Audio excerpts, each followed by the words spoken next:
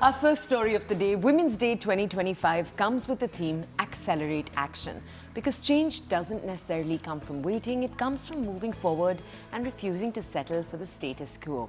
We thought today would be a great day to highlight what Ruth Bader Ginsburg once said.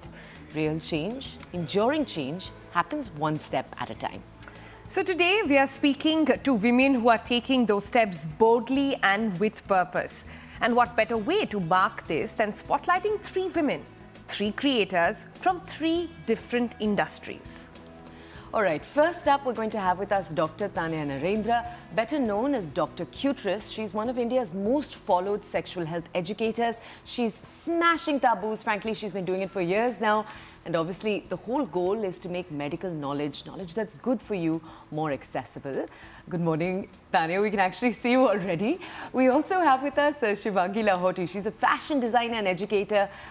Essentially, what she's doing is imparting design education and showing that creative talent isn't limited to those with privilege. She's both on Instagram as Designer Didi and on her YouTube channel, Imparting Education.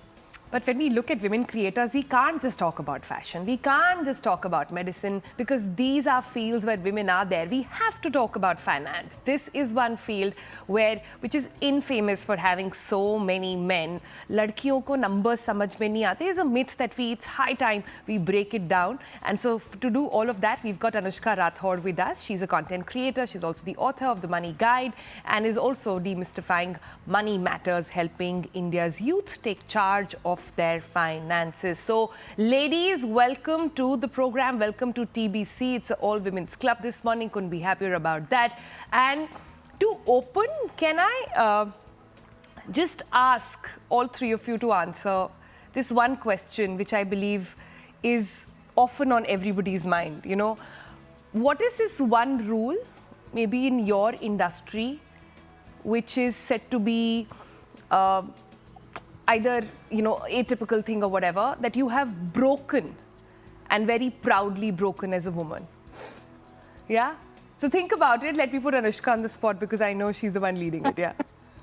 I think the major thing of, you know, especially in the finance industry and when I was working in core finance was that whenever you walked into the room, it was always assumed that the female there, and it's happened so many times with me that it's really funny now that I would always be assumed, and it's a small thing I know, but it's just like how power dynamics work.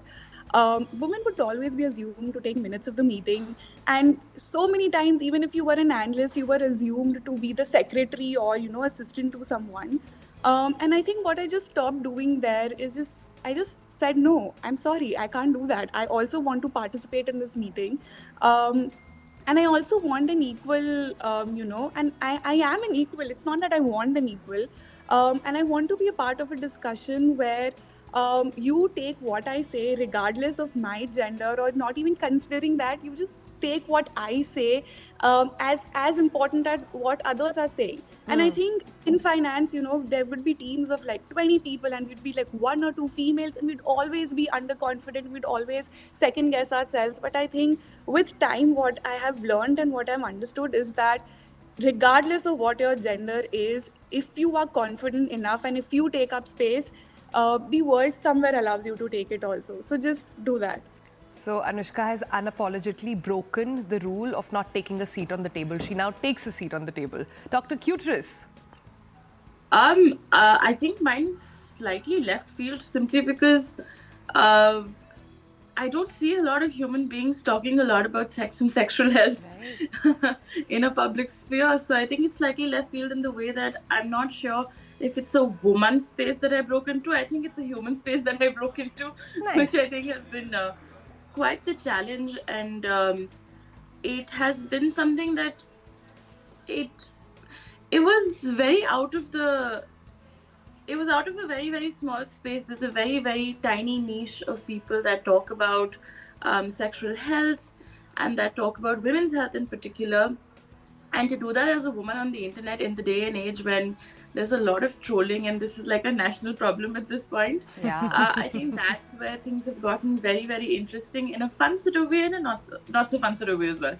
Yeah, it's international problem if you ask me, but we live there. I like that. And Shivangi then? Yours would be? I think I started as an entrepreneur at 22, and I remember the first few years of starting my own brand and starting my own business. Every time I would go for vendor meets or I would go fabric shopping, I'd have people asking me, "To sir kahan hai?" You know, who's gonna do the billing? And there was a lack of trust, you know, because they thought, how can a 22, 23-year-old girl start a brand of her own? And it She was must very be the intern. yeah. I must be the intern. You know, credit कैसे दे सकते हैं? How could you actually pay somebody or upfront give somebody fabric for, you know, paying later and all of that. So I think initial hiccups there were that I had to make people understand that I am the sir, you know, I am the boss, like I run the show. And also, I was very big on hiring women in the team because you know, we have a lot of girls studying fashion. So in my industry, studying fashion is not, you know, a difficult part, but the difficult part is being taken seriously. So even if you do take up fashion as a degree, it would be considered कि ये तो hobby है. मतलब, you know, till you get married, you're doing it as a hobby. You need to have an actual legitimate degree in, you know, BCom or BBA or CA or something, and then you can do this on the side as a hobby. And जब तक शादी नहीं हो रही, you know, the girl's gonna sort of study and do this and time pass है. So I think that was a stereotype that needed to be broken. So for me, when I married at 30, when I started a brand at 22, when I decided, you know, I'm not going to settle for less, I'm going to do my own thing, that was, I feel like, a stereotype that I was trying to break. Very nice, very nice. I hope all those aunties who say ये सब boutique चलाएंगी fashion चढ़ के, I hope all of them are listening right now and all of The them are number of taking a women tune. who've told me fall pico laga do hamara is insane. I also read this very heartbreaking statistic about, sorry to make it a little sad, but just to your point, Shivangi, a very heartbreaking statistic about just how many women study fashion, but then the proportion that drops when it comes to actually running their own labels. That big shift that you see when it comes to actually running your own companies. All right, I want to come to you similar to what Sonal just did. Let's just come to you each with the next question. And Dr. Cutress, we'll start with you on this next question. You know, today's a day of empowering women, so I also want to talk a little bit about the behind the scenes. Your mental health process, what it is that you tell yourself, were you always this confident? Who are the people who you speak to when you need that, you know, encouragement? And who have been your northern lights? So not just people in your own life, people around you who you look up to, quotes, you know, do you have boards, mood boards, for example, that inspire you? What's your internal dialogue process? Dr. Cutress, we're coming to you. I think I have never felt what I have done as something that's meant to be courageous, because I grew up in a household where we talked about these things in a very, very normal way. And Both your parents were doctors, right? my parents are doctors, and it's a very positive household. It's a very confidence building household. And how can talking about your body be a courageous step? We all have a body. Like, what is courageous about this at all? So I think that is where it was a bit of a shock for me when I came into the real world after medical school and I started speaking to people, and I was like, oh no, people don't actually talk about this, and oh no, maybe you should shut up. Maybe you're making people uncomfortable. So I think my baseline is slightly different in terms of But what is about meant the to be. trolls? Because Dr. Cutress, you've really had to deal with trolls on your Instagram post. Did that ever dent you? Was there a process there? Yeah, my process is very simple. Cry. It works very well. And I think it's very cathartic because a lot of times things are just unfair. Like, it doesn't make sense. You're doing something because you're passionate about it. You have never felt shame about it, but people try to instill the idea of shame or the idea of questioning your self-worth onto you. And I think that's the universal experience of being a woman. There's a lot of questioning everything you do and a lot of questioning your worth, which is where having a very, very supportive family and a really nice circle of friends is fantastic. I also have the pleasure of not living in Delhi or Bombay. So I live in a big enough city where there's not a lot of traffic, so I can go to a nice park and sit and go for a walk, which all really, really helps. Okay, and let's most move all, on. All of this is community. not great conversation in the morning. No, let's not talk about traffic and mornings and all of that. This is too much. This is too much. I can't take it. But great point. I love that you just cry. I love that honesty. cry I mean, it that's a out, great pour coping it mechanism. out. Yeah. But imposter syndrome, that's what she's talking about. Yeah. Anushka, should we come to you next? Right. I think how my mental health journey has been that initially when I started working, like before 25, there was just so much pressure to prove myself because if you're not able to, prove yourself, or at least the society I come from, early in your life, if you're not academically successful, if you're not successful career wise, you somewhere are, pressured into taking more traditional gender roles and responsibilities. So till like in my early to mid 20s, I was just taking so much pressure, so much stress that oh no, I need to do this, I need to take every opportunity, I need to be very methodological about how I am moving on in life, or what steps I'm taking, decisions I'm taking. But I think as you keep working and as you see the world beyond your immediate society, or as I saw that, what I realized is that wait, it's there's like so many different people, so many thoughts. There are people who are like half the intelligence that I have, who are doing so much just because they have confidence and just because they genuinely enjoy their work. So I think somewhere when I entered my late 20s is when I realized that you don't have to take so much stress. It's not if not now then never. You have your whole life to pursue whatever you want to pursue, and even if you fail, you will get more chances. I think as women, we are not so okay to fail. We always want to be perfect. We always want to be number one. We also always want to be like the proper picture of things. But now I'm okay just being myself, enjoy The pursuing good, yeah, yeah. It's the pressure of being the good girl, I think, to some degree. But that's the question: how do we turn our internal monologue around? It seems like all three of you have done that. Shivangi, if we could come to you to ask you a little bit more about if your internal monologue, if you were born knowing, that you're great at this, you should do this, or if that's been a process telling yourself that. So I'll tell you honestly, Toya, I come from a very small village, a small town in Assam called Nazira. So, and this is the pre-internet era when I was exposed to fashion as a career. And thankfully for me, and thankfully, I think I'm really grateful to God that I had the most supportive set of parents possible. My dad actually introduced me to the concept of fashion designing. I remember he brought home like this in-flight magazine which had Ritu Kumar on the cover of it, and she was holding an award. And when I asked him, who's this person, because I was all about winning awards, right? I was 8, and he told me that she's a fashion designer, and she's just how you dress up Barbie dolls. She dresses up Preeti Zinta and Aishwarya Rai. And I was like, oh my God, this is what I have to do in my life. And at the age of 8, I think that clarity that came to me was from them, and the support that came, because being raised in a very small town like that, where you literally have one kirane ki dukan, and to have that kind of exposure where your father and your mother are both, super supportive, कि हमें पता नहीं है कैसे बनते हैं, but we're going to be there for you at a time when I think I was ridiculed into telling, being called like a tailor, कि पढ़ी लिखी दर्जी बन रही है, like what is this even a career? So for me, I think my positive motivation or my internal dialogue has always come from the sort of support that I've had from my parents, both of them. So I genuinely owe my entire career to them. They've been there through thick and thin, even when they didn't understand. I remember when I started YouTube, I had relatives calling my parents and telling them कि लड़की पढ़ी लिखी है, academically bright है, ये क्या actor बनेगी? अब ये वीडियोस बना रही है. This is what she's gonna do because she's in Bombay. ये तो बिगड़ गई है. So, and I remember my dad telling them कि she has a bigger purpose in life. She's trying to help kids. Ruk jao.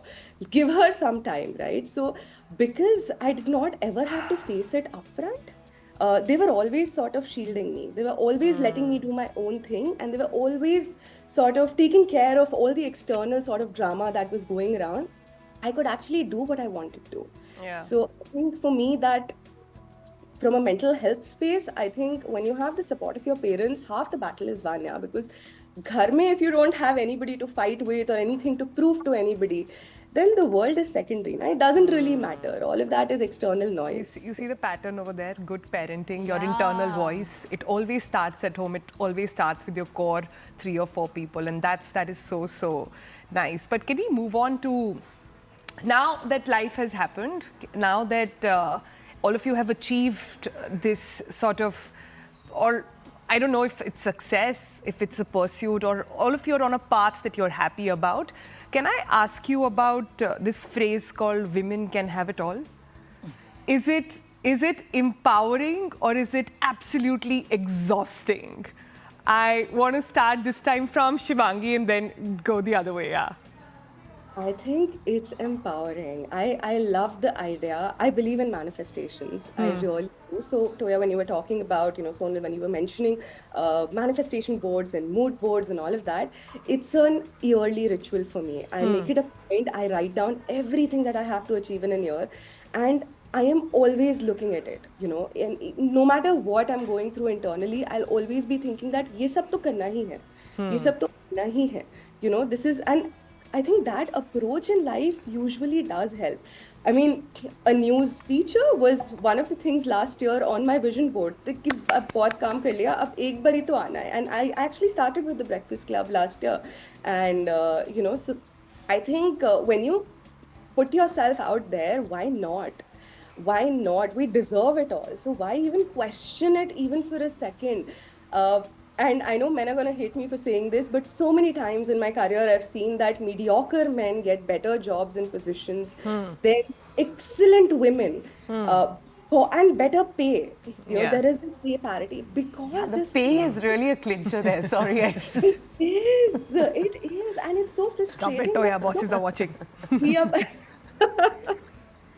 They should be. Hope it helps. But yeah, the whole point is that, we deserve better. But the imposter syndrome just sort of kicks in because generations of being told hear you loud and clear, Shivangi. But, I was coming from the space of women can have it all. Like, I personally find it sometimes extremely exhausting that women are held to this standard of having it all. Bhai, I can't have it all the time. I'm allowed to have my downs, and there will be phases where I might not have it at all. So I'm just human at the end of the day, but just because I'm a woman, I'm not supposed to ace on the job front, on the home front, on the mommy front, on the friend front, on the spouse front. I can't do it all. So sometimes I find it very exhausting, but that's why I wanted to ask this question. Do you guys find it empowering or do you find it exhausting? Dr. Cutress.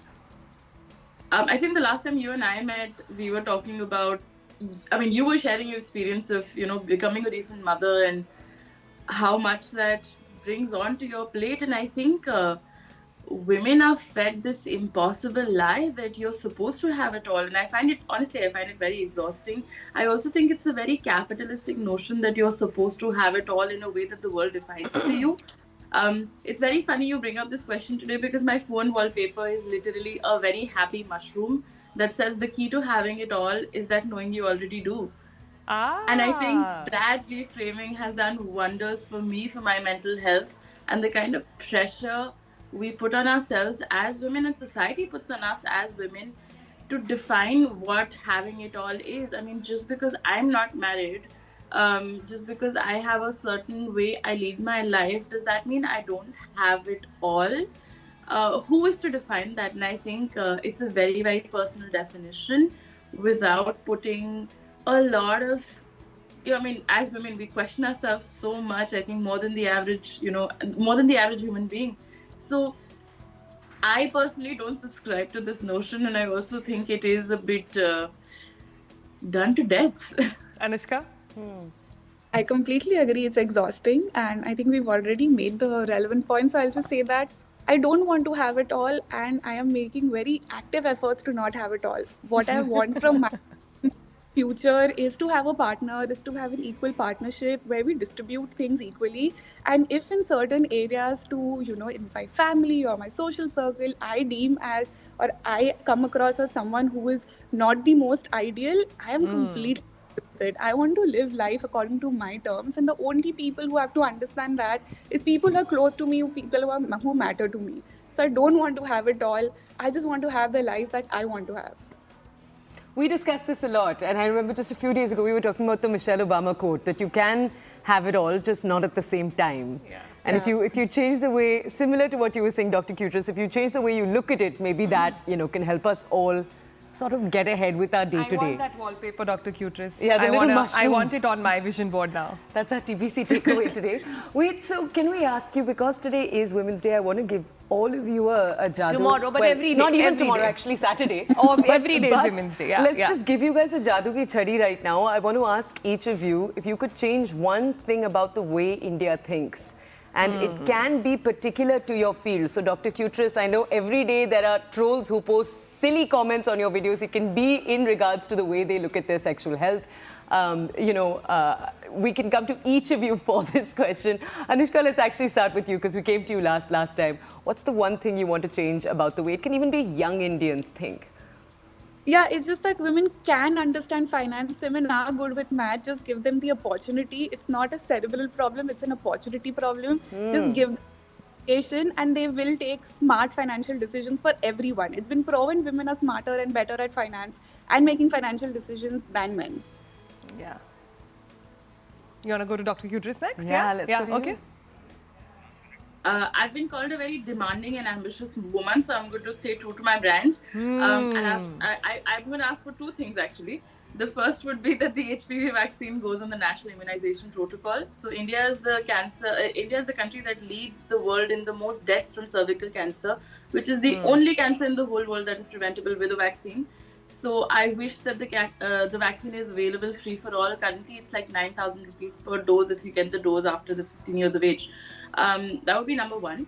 And number two would be period pain to be taken seriously and not dismissed, not just by the medical fraternity, but by people at large. It's a real problem, and I think it's something that we all silently suffer through or are, I don't know, mocked for not being strong enough when we do talk about it.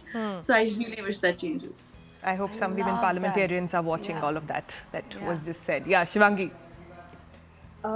I think I'm going to go back to my earlier statement of the fact that women in general and designers in general need to be taken up more seriously, not just in terms of studying design, but also being supported when it comes to working in the industry, when it comes to starting their own brands. Because today, as you very rightly brought up, there's not enough financial support, there's not enough support coming in from families. For a lot of these girls, it's considered hobby hai, kar lo, theek hai, jab tak shaadi nahi hoti, right?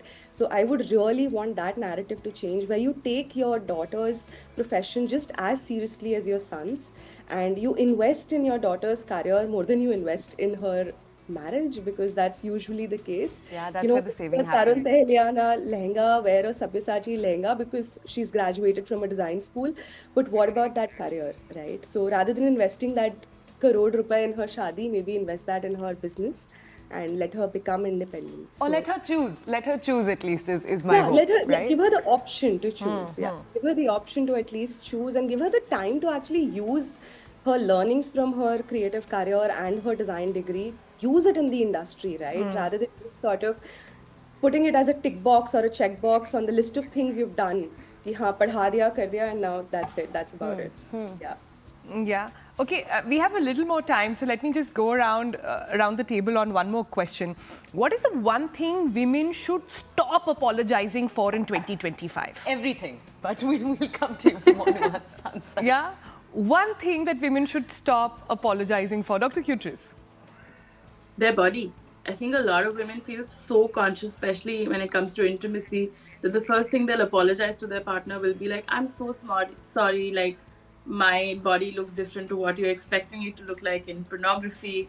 Or they're apologizing to themselves or to their friends, oh sorry, I have hairy legs, I didn't shave today. Or like a lot of my patients come to me and they're like, oh sorry, you can't examine me, I haven't shaved down there. So you're a man and you're supposed to have hair on your body.